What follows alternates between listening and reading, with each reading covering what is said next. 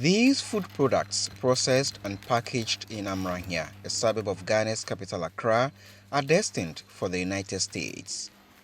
Because this company's 2025 objective is to go global. So once we are able to penetrate the American markets, it will help us to grow faster, scale up very fast.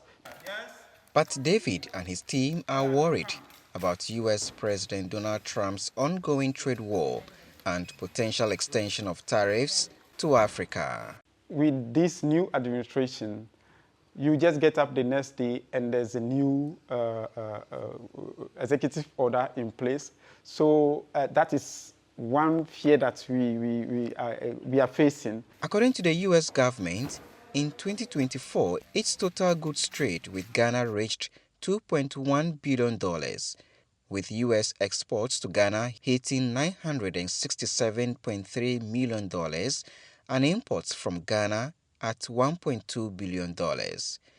That's a US goods trade deficit of $204.4 million. Many businesses within sub-Saharan Africa, including Ghana, currently benefit from duty-free access to the US market under the African Growth and Opportunity Act (AGWA) initiative.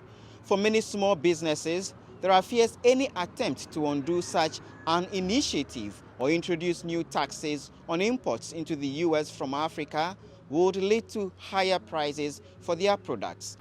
A Trump tariff war may be a one-sided assault. Already, we're struggling to be able to export to those markets.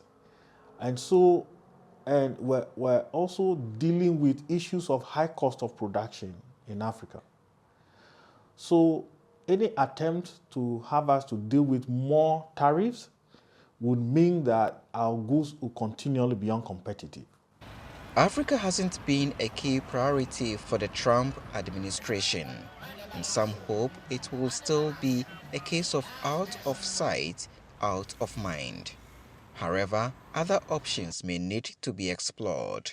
It is important that we, as a continent of Africa, begin to also realize that we have to take intra-Africa trade very seriously.